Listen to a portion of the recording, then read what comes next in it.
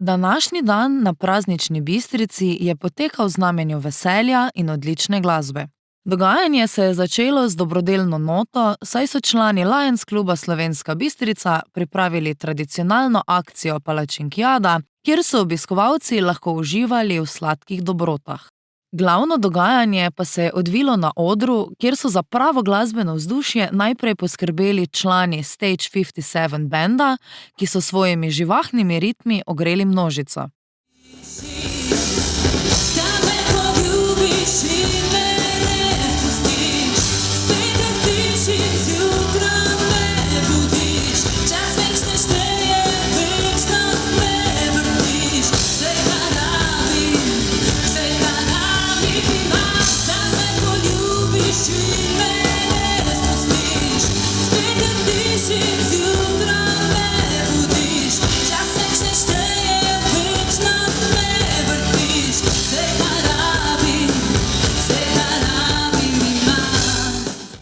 Vrhunec večera so zagotovo pričarali priljubljeni Modrijani, ki so svojimi značilnimi melodijami in energičnimi nastopi poskrbeli za pravo praznično evforijo.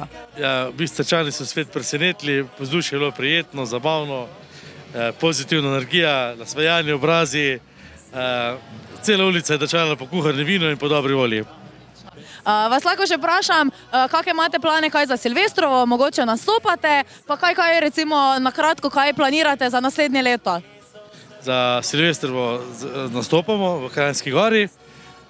Takoj po Silvestrovo imamo že nove plane, se pravi, pripravljamo turnejo 25-letnici ansambla po celi Sloveniji, tako da imamo neke manjše koncerte z godalnim orkestrom, kvartetom, in vabljeni vsi tudi na te koncerte. Najboljše pa, da kar pogooglete na Facebook ali pa Instagram, kjer nas najdete in z nami praznujete 25 let.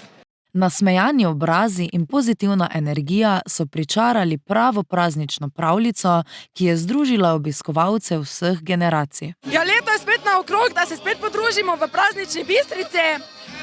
Letos imamo Modrijane, kar me zelo veseli, ker so eden izmed ansamblom, ki znajo narediti žur, ne glede na to, kakšna prireditev je, ali okolje, dvorana, na prostem. Blaža smo celo na strehi od ene utice videli, da je naredil žur, tako kot vedno ga naredi. In spet je čas, da se generacije med sabo podružijo, poveselijo, pa da se nove vezi sklenejo. Pa da se seveda spije predvsem dobrega kuhanega. Praznična Bistrica je znova dokazala, da so takšni dogodki ključni za povezovanje skupnosti in ustvarjanje nepozabnih spominov.